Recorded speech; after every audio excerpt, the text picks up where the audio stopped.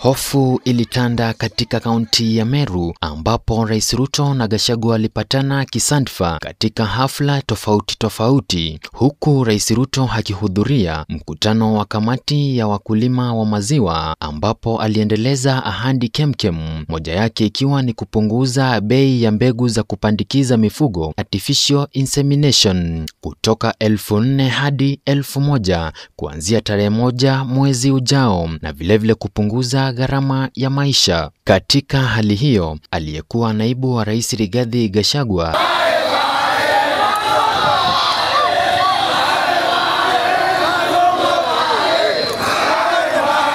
aliendeleza ziara yake kwa siku ya pili, huku akiendeleza siasa zake za muhula mmoja.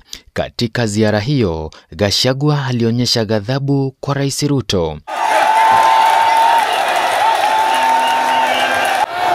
Wewe Kasongo, wewe Zakayo, wewe Kaongo, wewe mtu ya kutenga, wewe mwizi, wewe muuaji, Kasongo aende asiende, Kasongo aende asiende.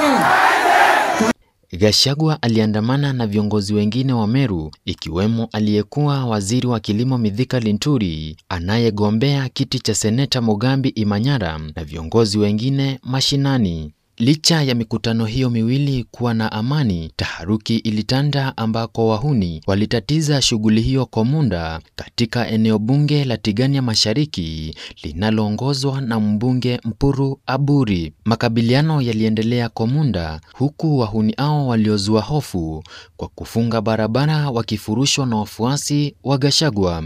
Equalizer KE Media, jina langu ni Voke Equalizer.